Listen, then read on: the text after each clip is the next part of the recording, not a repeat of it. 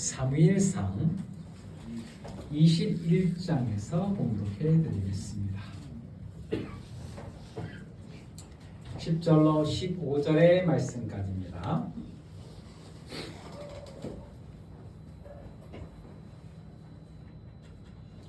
사무엘상 21장 10절로 15절 말씀까지 봉독합니다.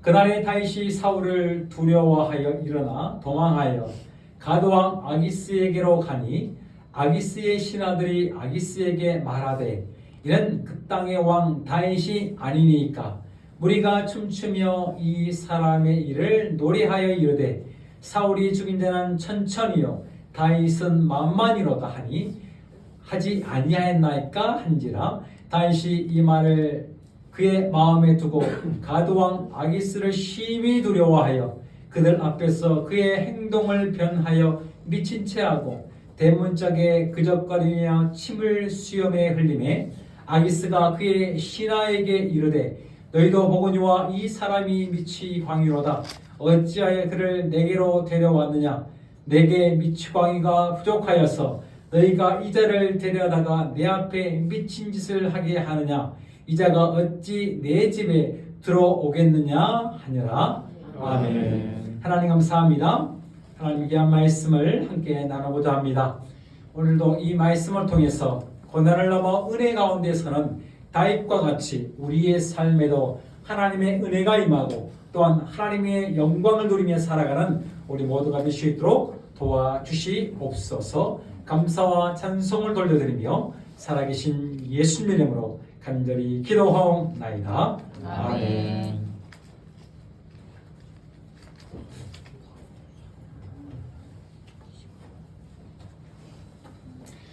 할렐루야. 네, 반갑습니다. 일선한가운 인사하시죠? 참 춥죠? 네, 저를 보면서 승리하십시오. 네. 네. 그렇게 인사하시라고요. 저를 보면서 승리하세요. 저를 보면서 승리하십시오. 네. 네. 고맙습니다. 네. 네. 감사합니다. 네. 아침부터 참 오늘 하루가 참 힘든 일정이었네요. 네. 네.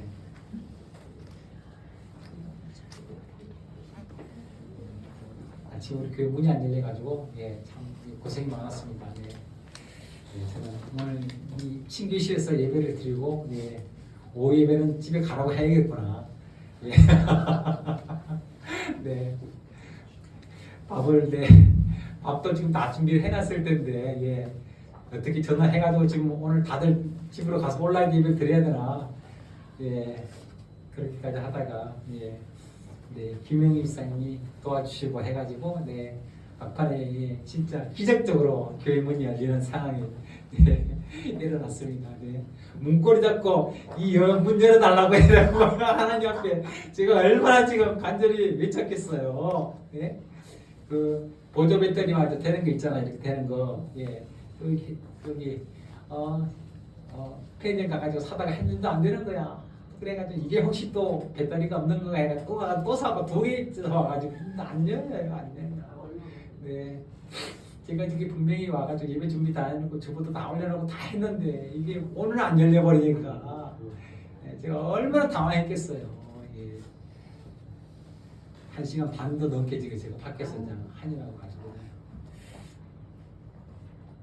기도하시면 됩니다. 네, 그래요. 오늘은 두 번째 주일입니다. 하나님의 선하심이 그 인자하심이 영원하심이 오늘 저와 여러분에게 함께 하시기를 다시 한번 더 주의 이름으로 축원해 드립니다. 아멘. 여러분 혹시 누군가에게 쫓겨본 적 있으십니까? 네. 도망가야겠다. 어제 이 집사가 네. 잠꼬대를 심하게 하더라고. 누구한테 쫓겼는지. 그랬어요? 네. 네. 저도 우리 집에서 맨날 저보고 잠꼬대 심하게 한다고. 그럴 수 있습니다. 네. 누구에게 쫓겼어요? 기억이 안 나요. 안 나요? 안 나오면 돼요. 나면 문제가 되는데, 꿈은 돼 있었으면 안 나는 게 좋은 거예요. 좋아요. 그러면 근데 저는 자꾸 꿈을 꾸고 자꾸 기억이 남아가지고 그게 문제인 거예요. 네, 그래요. 승입사님 혹시 도망 다닌 적 없어요? 가위 누구 눌리 피해가지고 도망간 적? 가위 눌리면 꿈에서는 못 도망가지만 아 그래요? 특별히 네. 뭐 대부 이자를 세지 않았거나 쫓겨다니거나 한 적은 없는 것 같습니다. 아 그래요. 네. 우리 예린 양, 네, 반가워요. 네, 그래요. 반갑습니다. 그래요. 참 누군가에게 우리가 뭐 쫓기는 인생을 살아서는 안 되겠죠. 뭐 죄 짓고 도망가듯 그렇게 도망다니면 안 될 것이 아니지 않습니까? 저도 한 말씀을 준비해 가면서 내가 도망갔던 적이 있는가 하는 생각해 보니까 별로 뭐 도망을 간 적은 없었던 것 같아요. 그래서 굳이 한번 찾아보니까 정말로 그래만 날 살려라 도망 다녔던 적이 있긴 있더라고요. 언제냐 하면 굳이 꼭 와보니까 그때가 1998년도였는데 제가 한 번씩 말씀할 때가 있었는데 이 강원도 말이죠. 강릉에 이 잠수함이 북한 잠수함이 들어와가지고 그 잠수함 인제를 그 공비대 넘어왔어요. 제가 인제에서 근무를 했으니까 그래서 저희 부대가 사령부가 된 거예요. 그래가지고 온 연병장이 다 이렇게 각 부대에서 전출돼 와가지고 다 막사 세우고 했던 적이에요. 그래서 일주일 동안 군화도 못 벗고 옷도 못 갈아입고 군화 신고 잠자고 했던 그때예요.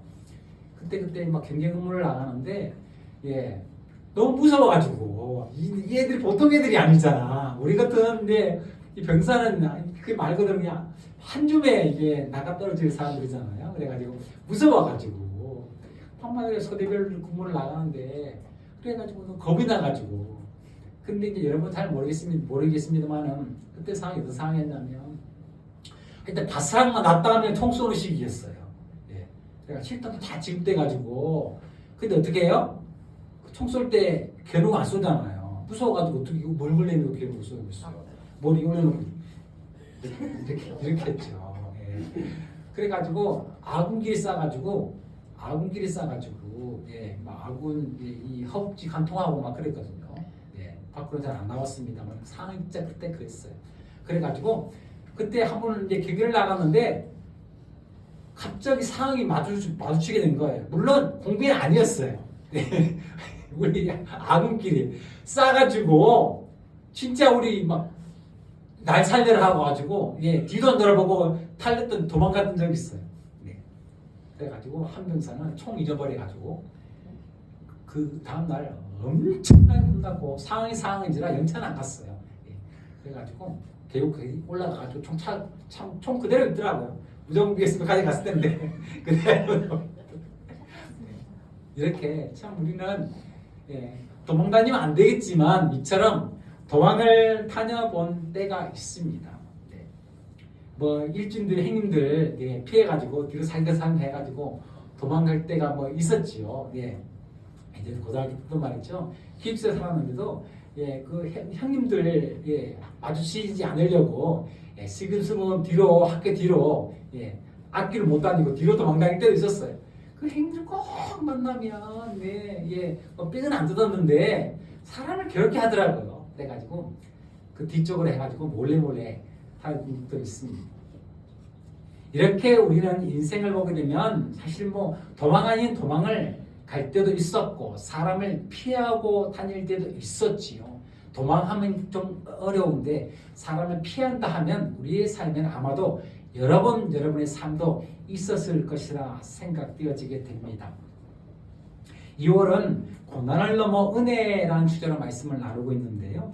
다윗의 인생에 대한 그 이야기 스토리를 통해서 5개의 에피소드를 제가 선정했습니다. 그리고 그 이야기를 해가고 있는데 지난주에는 무시와 외면 속에서도 활짝 핀 다윗의 이야기를 제가 말씀을 드렸어요.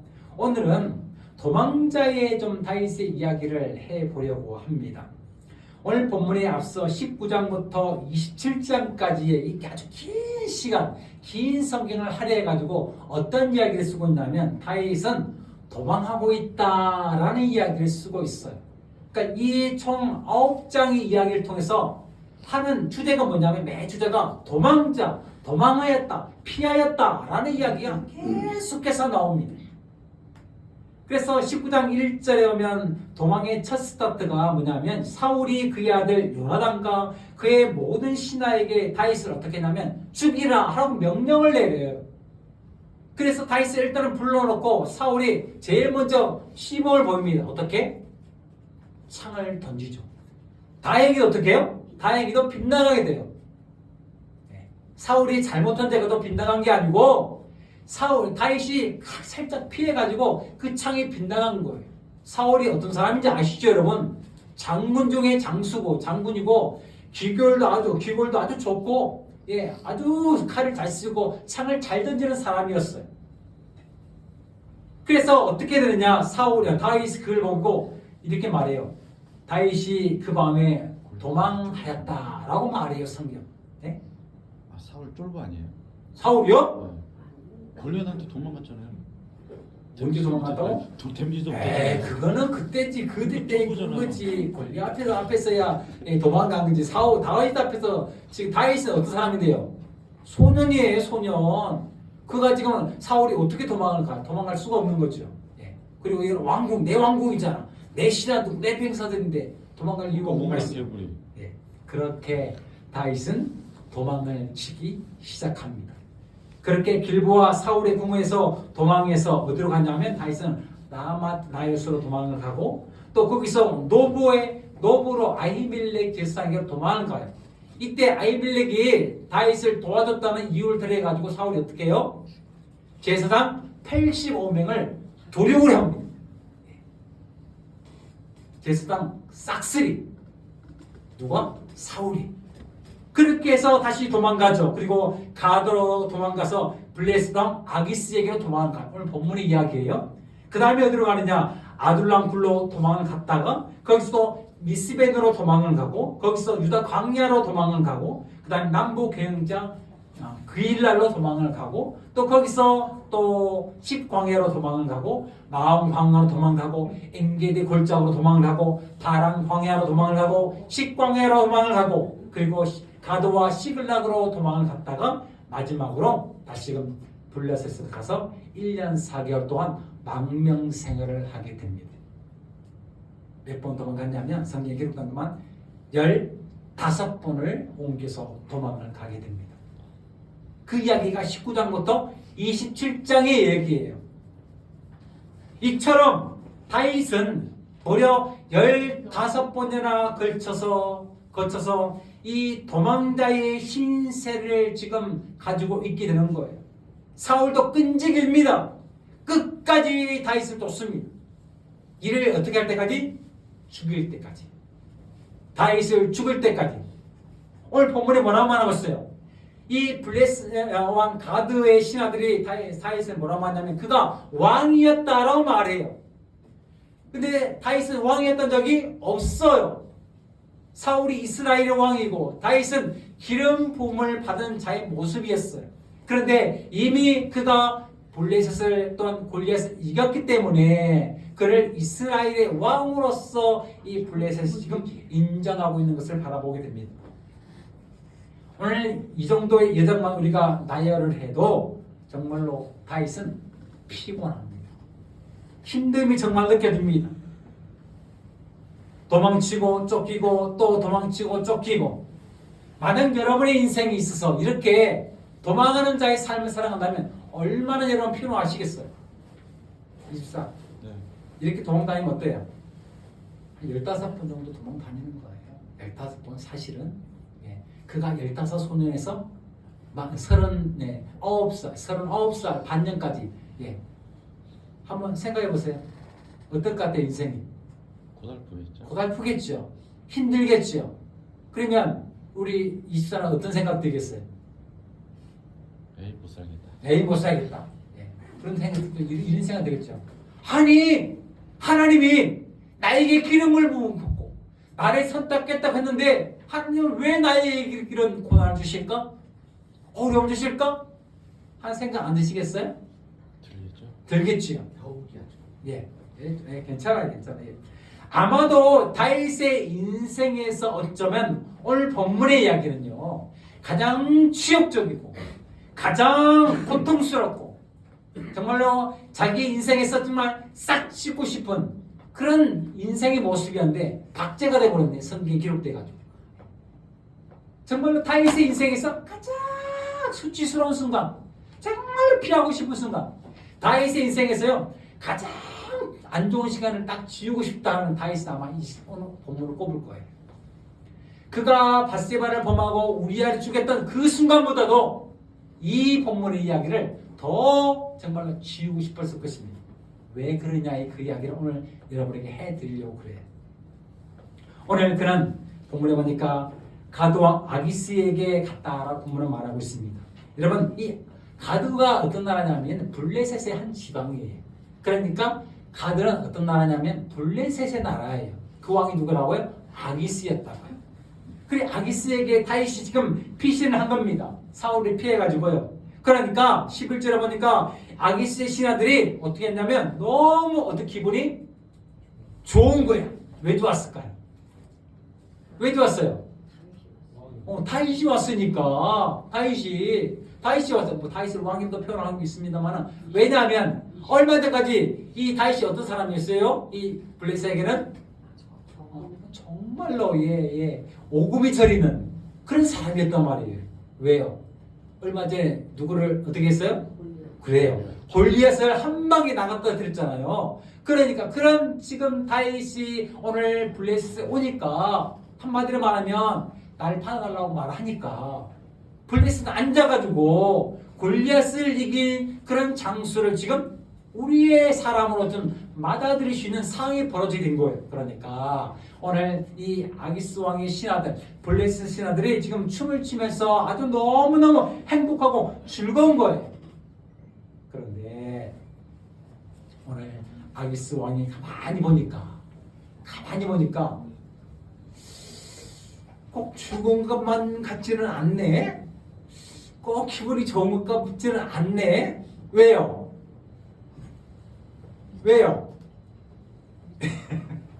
여러분 말씀을 읽을 때 제대로 안 보셨는데 오늘 정말로 다윗이 수치를 당하고 조롱을 하고 있는 최고의 정점을 오늘 본문 지나고 있는데요.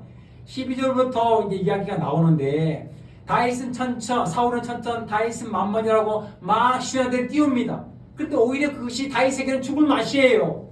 왜냐하면 지금 자기의 원수인 나라에 와가지고 그 신하들이 자기를 막 띄워주니까 얼마나 마음이 불편하겠어요. 그런데 오늘 이 아기스 왕이 이 다윗을 너무나 어떻게 하면 죽이고 싶은 거야. 이가 우리를 지금까지 너무나 힘들게 하고 우리의 장수였던 골리앗도 죽이고 얘 때문에 우리가 이스라엘을 공격하지도 못하고 그래서 이를 죽이고 싶었던 거예요.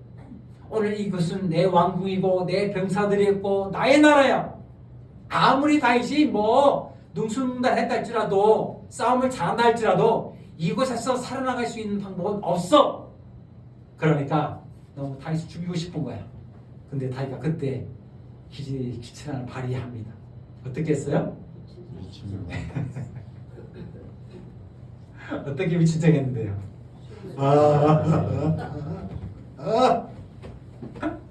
네, 침 질질 흘리면서 문 어떻게 하고 있어요? 문 막막 긁으면서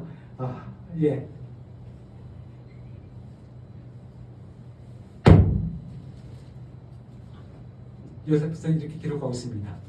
다윗의 인생에서 가장 힘들었던 시간이 바로 이 아기스 앞에서의 삶이었다라고 말합니다.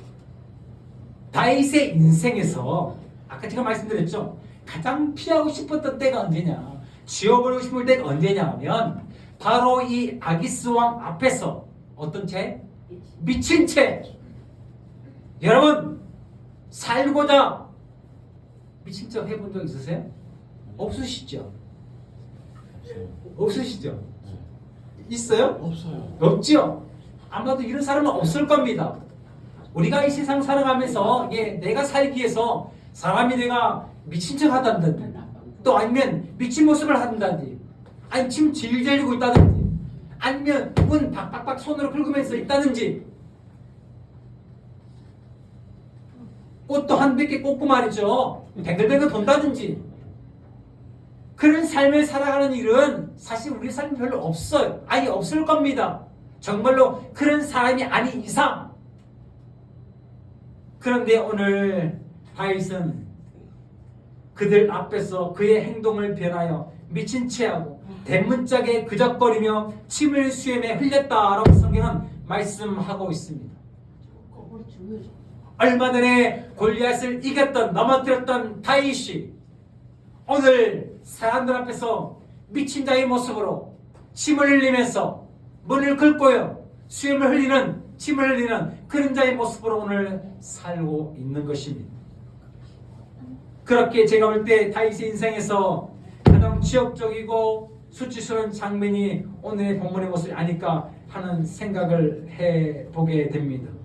어쩌면 그런 점에서 오늘 아기스는 이 다윗에 대해서 가장 하고 싶었던 일이 뭐냐, 얘가 미쳤으니까 아마 내 곁에 두면서 조롱하면서 그를 부려먹으면서 그에게 모욕감을 주면서 수치감을 주면서 아마 그렇게 하고 싶던 마음이 생겨나지 않았을까 하는 생각이 들어요. 그래서 다윗을 살려두게 되는 거예요. 그래서 그가 오늘 살아나고 있는 장면이 본문에서 나오고 있는 것입니다.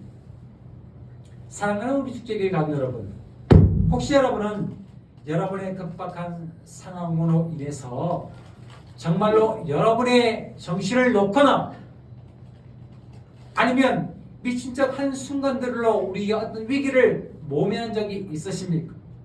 아마도 그런 미친 척 하는 일은 한 사람에게 세상에 살아가면서 한 번 있을까 말까? 아니, 아마 그런 적도 없을 것입니다. 정말 희박한 상황입니다. 그런데 그만큼 다윗은 절실했어요. 왜? 오늘 내가 그 자리에 있으면 죽을 상황이거든요. 아기스가 오늘 얼마나 이를 박박 깔고 있었는지, 저 이스라엘, 그 중에서 다윗이라는 그 사람 때문에 얼마나 지금 마음에 상처 있고 괴로웠는지 그의 심령을 보면 정말 알 수가 있게 돼요. 그런데 그런 절박한 상황에 다윗은 두려운 거예요. 그래서 어떻게 하느냐, 오늘 미친 체 하면서 침을 흘리면서 오늘 문을 벅벅벅 긁고 있는 삶을 살아가게 됩니다. 우리는 흔히 다윗을 얼마나 위대한 사람인지를 바라보게 됩니다. 그러면 다윗이 얼마나 위대한 사람인가 오늘 본문을 좀 얘기를 드릴게요. 여러분 조금만 앞으로 가보게 되면, 이제 달려보게 되면 어떤 상황이 벌어지냐 하면, 다윗이 엔게디 골짜기에서 있는데 오늘 사울이 그를 쫓아왔어요. 그랬을 때에 사울이 막 그를 쫓아와 그를 죽이려고 하는데 갑자기 배가 아프게 됐어요. 사울이 그래가지고 동굴로 들어가게 됐어요. 근데 그 동굴 안에 누가 있었어요? 다윗이 어떻게 하느냐, 이를 죽이고 싶은 마음이 굴뚝 같았을 거예요. 그를 쫓아 함께 했던 신하들도 마음이 굴뚝 같았어요. 그래서 이렇게 다윗이 말합니다. 그를 죽이자. 칼을 뽑아서, 지금 사울이 응가하고 있어요. 안 보고 응가하고 있는데 그 뒤에 누가 있다고요? 얼마나 좋습니까? 찬스예요. 그래서 그의 목을 치려고 하니까 다윗이 뭐라고 합니까? 하나님이 기름 부은 자를 내가 결단코 해할 수 없다 라고 말해요. 지금 이 골짜기 광야의 상황이 어떤 상황인데요? 얼마 전에 다윗이 지금 가동 앞에서 침을 질질 흘리면서 미친 듯이 문을 박박 들고 있던 그 시기를 지난 다음입니다. 이 수치를 누가 주었어요? 사실은 사울이 준 거예요. 그런데 내 앞에 지금 사울이 응가를 하고 있는 타이밍 지금 벌어진 거예요. 물어봅시다. 정 장로님, 이 상황이랑 어떻게 하겠어요? 어떻게 하시겠어요? 어떻게 한 번에 해결해요? 그래요. 우리 미철 우리 권사님 어때요? 가까이 안 갈 것 같아? 아, 이 목사님 아들이 다르네. 큰일 나네. 목사님 아들이랑 다르네. 네, 그래요. 우리 김혜무 입사님 어때요? 네. 어떨 것 같아요? 뭐? 뒤통수. 뒤통수 쳤다 그러면 그냥 쫄을 것 같은데. 어? 그렇지 않아요? 아니 한 번에 해 끝내야지. 그런데 다윗은 이렇게 말합니다. 내가 하나님의 기름 부은 자를 해하지 않겠다. 그리고 시간이 좀 더 지납니다. 그리고 사울이 3,000명의 정예군을 동원해서 다윗을 잡으러 다시금 출발합니다. 그렇게 어느 날 밤을 자고 있는데 다윗이 다시금 그곳에 잔입하게 돼요. 그리고 그곳에서 물병을 들고 나옵니다.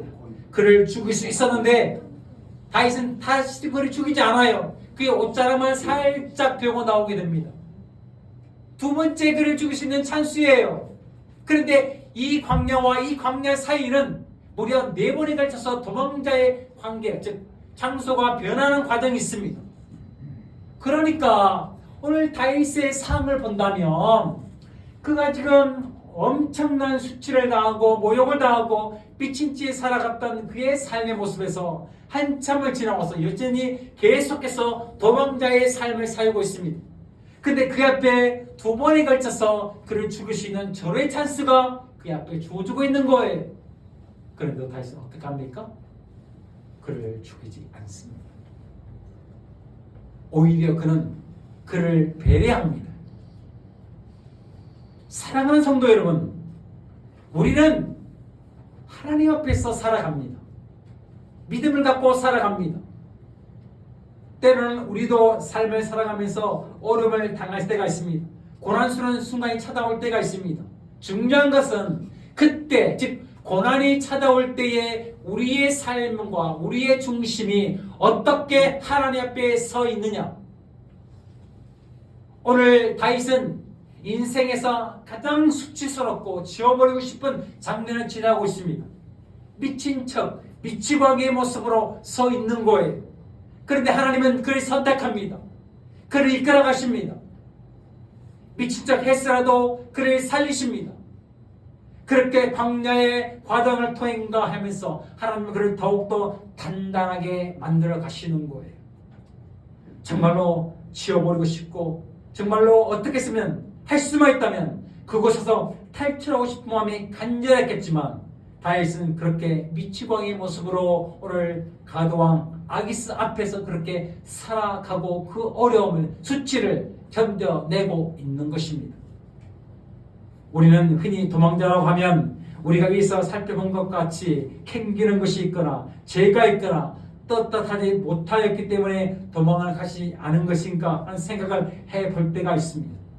하지만 아무리 살펴봐도 다윗이 사울에게 잘못된 것이 보이지가 않습니다. 그런데 그는 이처럼 고난과 어려움의 과정을 통과해 가고 있는 것입니다. 하나님은 그 과정을 통해서 다윗이라는 사람을 하나님의 나라와 하나님의 일꾼으로서 리더로서 그를 세워가고 있는 것이에요. 그 중심이 하나님이 세우신 기름 부음 많은 사람을 내가 해할 수 없다는 완벽한 중심의 신앙을 가지고 하나님 앞에 조금씩 그 광야의 도망자의 신세를 통해서 삶을 통해서 그런 성장이 하고 있는 것입니다. 사랑하는 우리 축제교회 한 여러분, 우리도 세상 속에서 내가 죄를 지어서 도망을 가지는 않았겠지만 이 도망이라는 삶의 광야, 이 광야는 다윗을 훈련시키고 연단하면서 그를 만들어갔던 과정입니다. 저와 여러분의 삶도 마찬가지로 생각이 듭니다.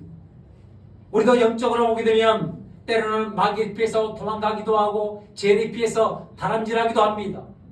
악한 자들과 함께 하지 않기 위해서 또 멀리 피하기도 합니다. 그런 과정 때로 우리의 삶 속에서 힘들기도 하고 어렵기도 합니다. 때로는 수치스럽기도 해요. 때로 영적으로 내 삶에 어려움이 있기도 합니다.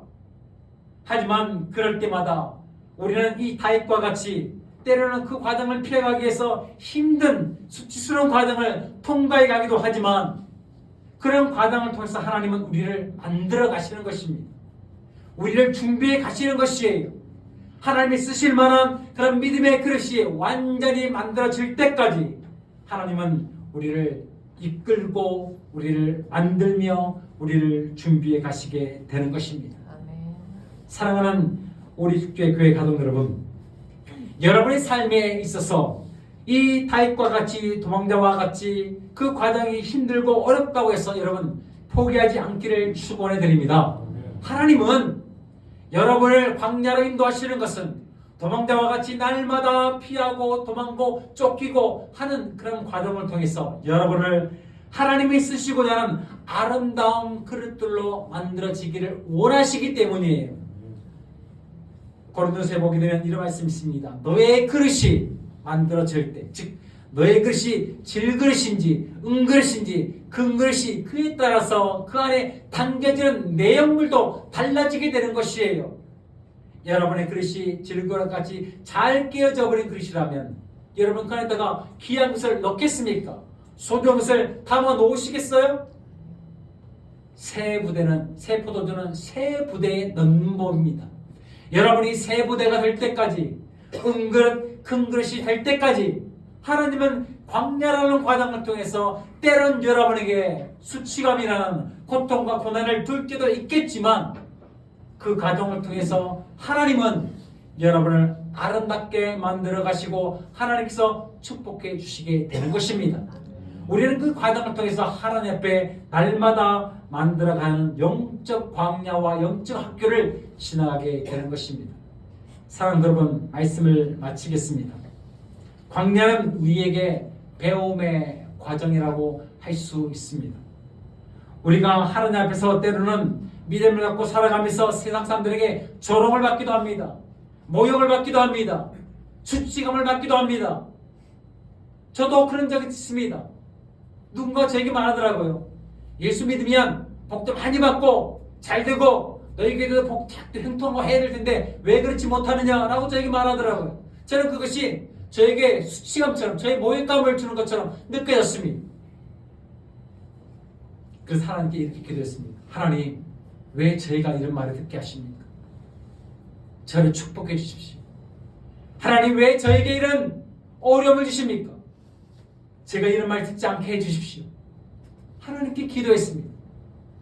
그렇게 기도하면서 나가는데 어느 날 그 수치감이 저에게 이렇게 다가오더라고요.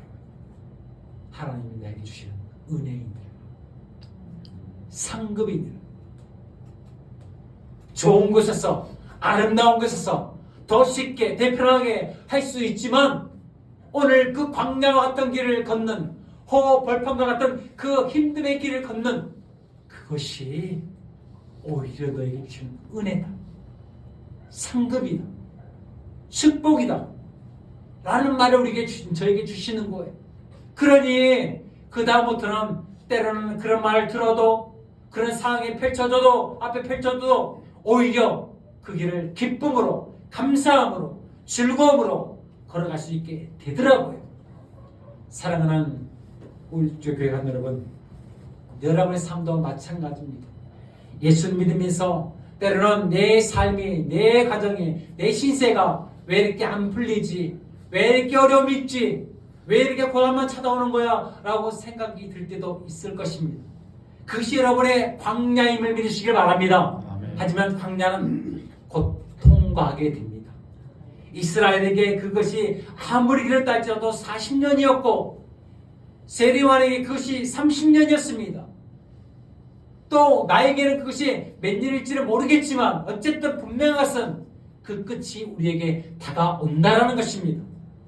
그리고 하나님 때가 이르는 그날, 그 광야를 통과한 그날, 다윗을 하나님께서 가장 귀하게 쓰시며 위대한 하나님의 일꾼으로 세워주셨던 것처럼 저와 여러분의 삶에도 그렇게 잘했다, 잘 통과했다, 수고했다 라고 말해주시면서 우리를 인정해 주시며 우리를 이끌어 주실 것이라 생각되어지게 됩니다. 아멘. 히말라야 저 산에 있는 굽어진 나무가 볼품은 없으야 볼지라도 그 나무를 가공해서 만드는 가장 세상에서 비싼 악기 바이올린, 그렇게 풍파와 모진 힘듦과 수고와 어려움과 추위와 더위를 견디는 다음에야 그렇게 아름다운 소리를 내는 바이올린이 되는 것처럼 저와 여러분의 삶에도 이런 광야를 잘 통과하고 때로는 다윗과 같이 수치를 당하고 모욕을 당하고 괴로움을 당한다 할지라도